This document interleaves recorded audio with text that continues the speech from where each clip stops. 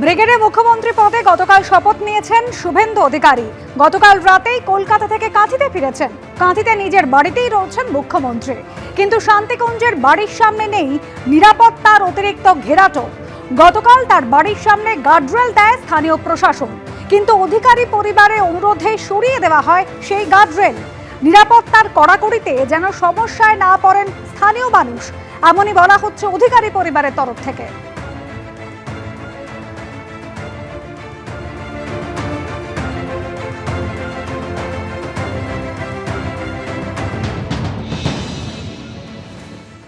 আমার পিছনে শান্তিকুঞ্জ, রাজ্য রাজনীতির এই মুহূর্তে প্রাণকেন্দ্র হয়ে উঠেছে শান্তিকুঞ্জ। কারণ এই রাজ্যের শাসক দলে মুখ্যমন্ত্রী, রাজ্য প্রশাসনের মুখ্যমন্ত্রী, সেই মুখ্যমন্ত্রীর বাড়ি কিন্তু শান্তিকুঞ্জ।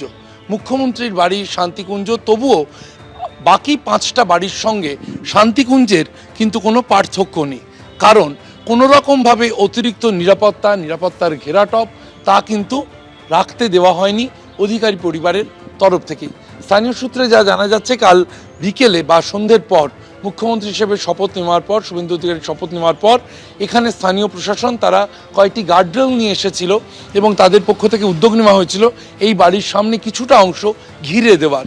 যখনই এই তথ্য পরিবারের কাছে যায়, অধিকারী পরিবারের তরফ থেকে তারা একেবারে আবেদন করে জানিয়ে দেন স্থানীয় প্রশাসনকে, এই রাস্তায় কোথাও যেন কোনো গার্ডরেল না থাকে।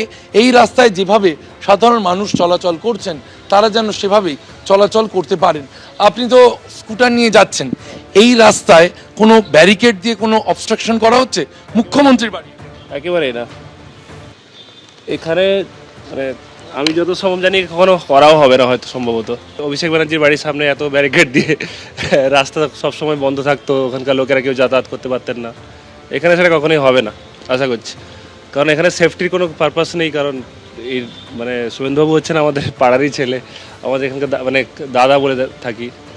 এখানে কোনো সেফটির ওই পারপাসটা নেই যে, আর উনি কখনো এই ব্যাপারটা করবেন না যে সাধারণ মানুষের যাতায়াতের কোনো অসুবিধা করতে পারবেন বলে। আশা করি আপনার প্রশ্নের উত্তর দিতে পেরেছি। প্রতিবেশীরা তারা একেবারেই শুরু থেকে যে কথা বলছেন যে তারা নিশ্চিন্তে রয়েছেন, এই রাস্তায় গার্ডরেল বসবেও না, কারণ তারা তাদের পাড়ার দাদাকে চেনেন,